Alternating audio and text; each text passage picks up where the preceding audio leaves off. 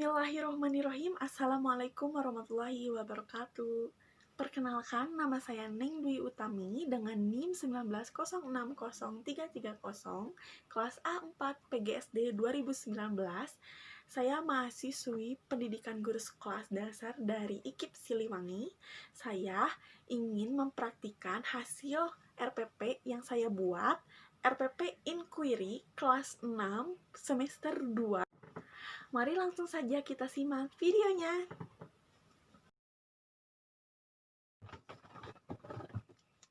Assalamualaikum, selamat pagi anak-anak.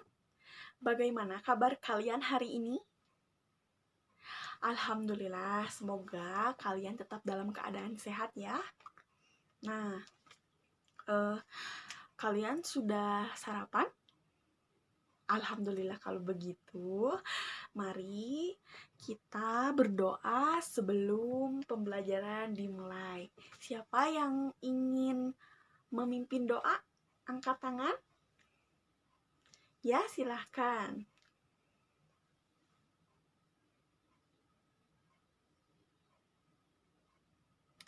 Amin.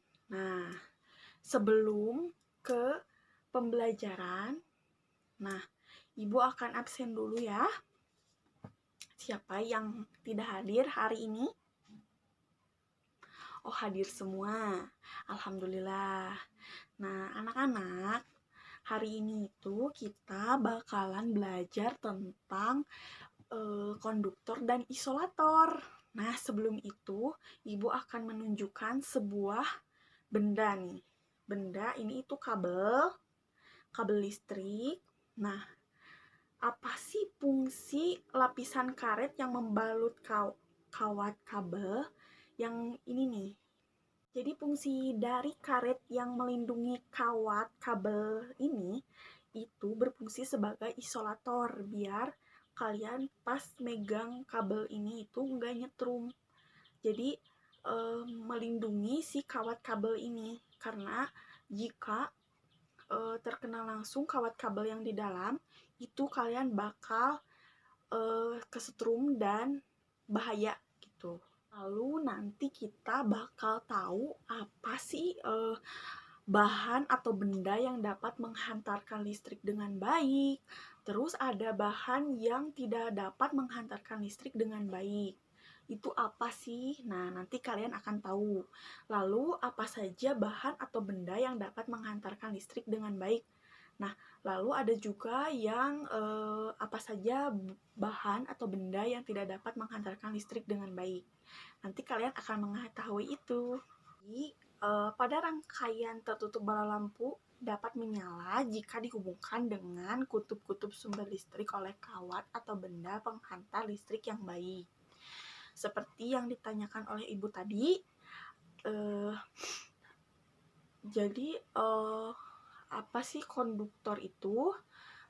Konduktor itu benda yang dapat menghantarkan arus listrik dengan baik. Nah, itu dia.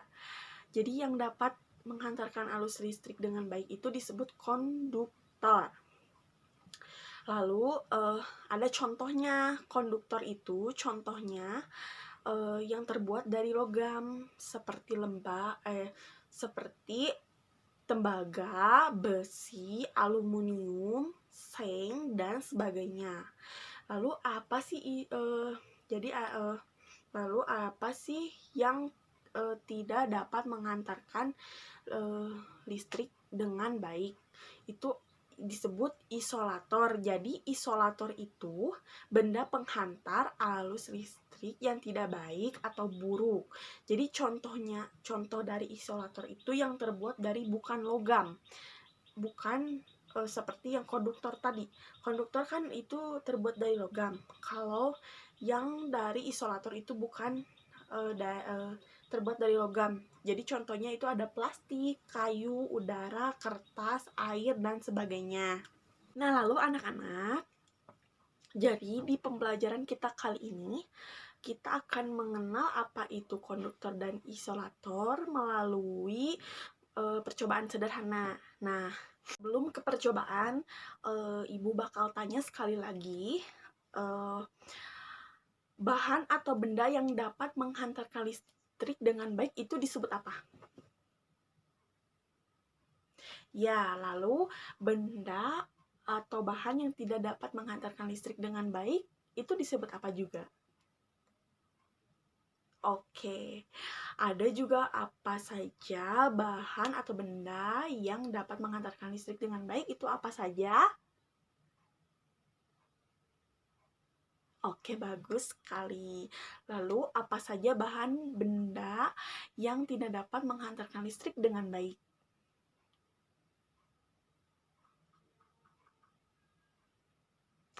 Sip, bagus.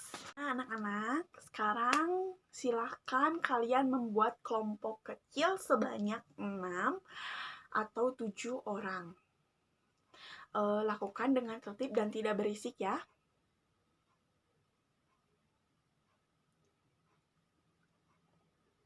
Sudah kebagian kelompok semuanya? Oke, sekarang kalian buka buku paketnya.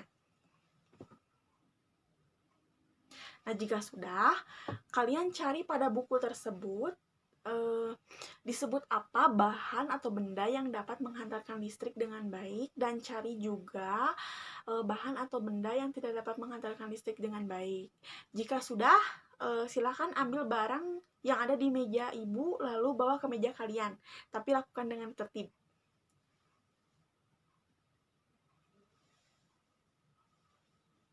Oke, sudah ya, semua sudah mendapatkan alat dan barangnya. Nah, sekarang kalian melaksanakan percobaan sederhana untuk mengetahui bahan atau benda apa saja yang dapat menghantarkan listrik dengan baik. Lalu kalian catat penemuannya di LKS yang sudah Ibu bagikan tadi. Alhamdulillah, percobaan telah selesai. Nah, sekarang Ibu bakal minta perwakilan kelompok untuk ke depan ngejelasin apa yang kalian dapat dari percobaan tadi. Kalian jelasin di depan kelas. Yuk, perwakilan kelompok, silakan ambil hasil kerjanya, lalu kalian jelaskan di depan kelas ke teman-teman kalian. Nah, anak-anak, seperti itulah jadi hasil dari kalian, hasil kerja kalian setiap kelompoknya itu sudah kalian tampilkan di depan kelas. Nah, kalian sudah tepat dan betul sekali. Jadi seperti itulah anak-anak, sudah bagus hasil kerjanya. Nah, untuk yang masih kurang, kita belajar sama-sama lagi ya. Kalian adalah anak-anak ibu yang hebat. Nah, anak-anak, mari sekarang kita bahas lagi konduktor dan isolator. Nah, jadi konduktor adalah benda yang dapat menghantarkan panas dengan baik.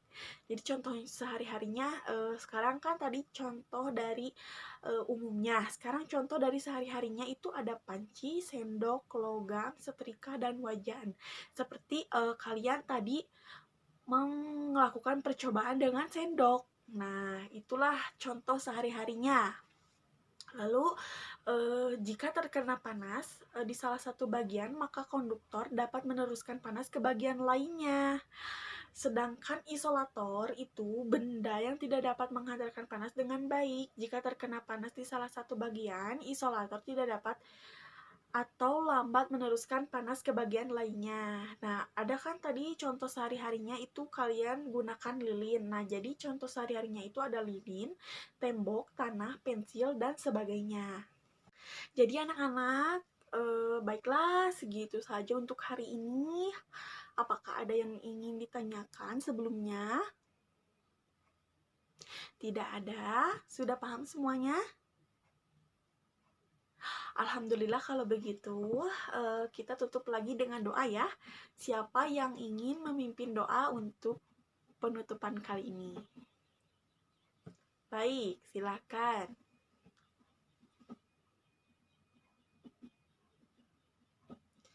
Amin. Sampai jumpa besok pagi ya. Assalamualaikum warahmatullahi wabarakatuh. Alhamdulillah sekian dari saya.